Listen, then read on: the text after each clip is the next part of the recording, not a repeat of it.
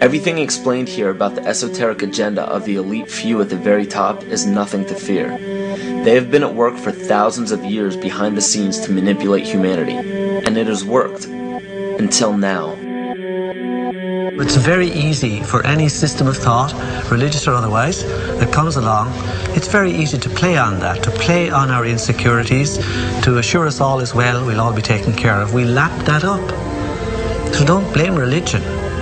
Blame our own insecurities, which has allowed religion to flourish and which has allowed so many systems of thought that are disempowering to flourish throughout human history. That's why we can't get out of it. Ron Sakeley, Department Chairman, Chemistry, University of California, Berkeley, showed that DNA acts as an antenna for cellular upregulation. The primary function they taught us about what DNA is about. It's a receiver and transmitter of photons, light and phonon sound. For what? Cellular upregulation, meaning that their water molecules, the pyramid power around the DNA spiral energizing strands, are taking in the spiritual energy of love vibrations and then sending it out for manifesting, precipitating in a quantum field, the physical matter of the body. These are hertz, frequencies, or cycles per second that the musicians can retune their instruments to play and experiment with. Why? Again, these are the Creator's musical scale, the original solfeggio, buried for 3,000 years in the Bible.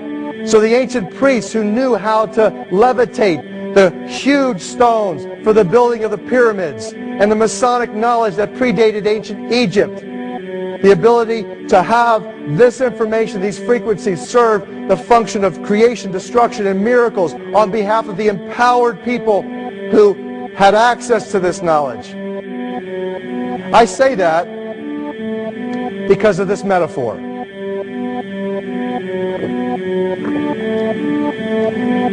This is the difference between the power of our Creator and anything else, particularly evil.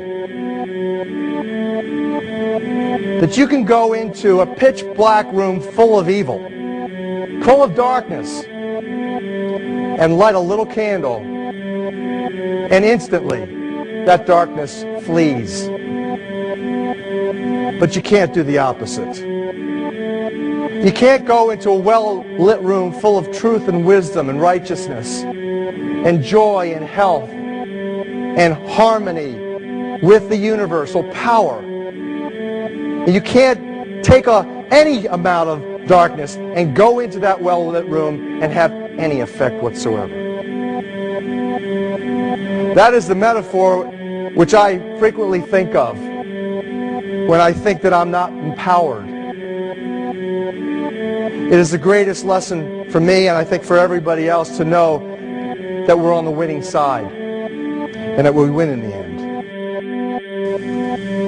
As you are watching this, understand that it is not a fight to be fought. It is not a war to be waged.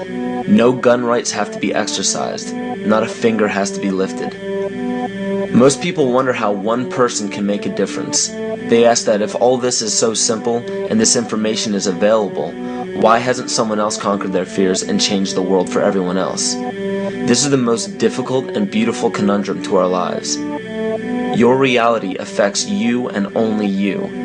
Your curiosity has led you to this genre of information to serve a very specific purpose in your life.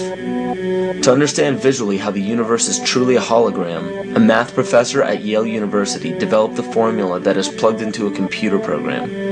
Named after him, the Mandelbrot set shows a seemingly disorganized pattern. But no matter how far you zoom into the design, you will always find the same pattern within the whole pattern. Each fractal, broken down infinitely, will always reflect the whole. When one fractal changes its pattern, the sum total of the whole pattern changes along with it. This exemplifies that the whole world does not need to be awoken. There is no race to inform the 6 billion people on this planet of this message. It is only important that you, personally, learn to conquer your innermost fears and learn to love. When you see your fears for what they are and master your emotions, then, and only then, will you truly be free.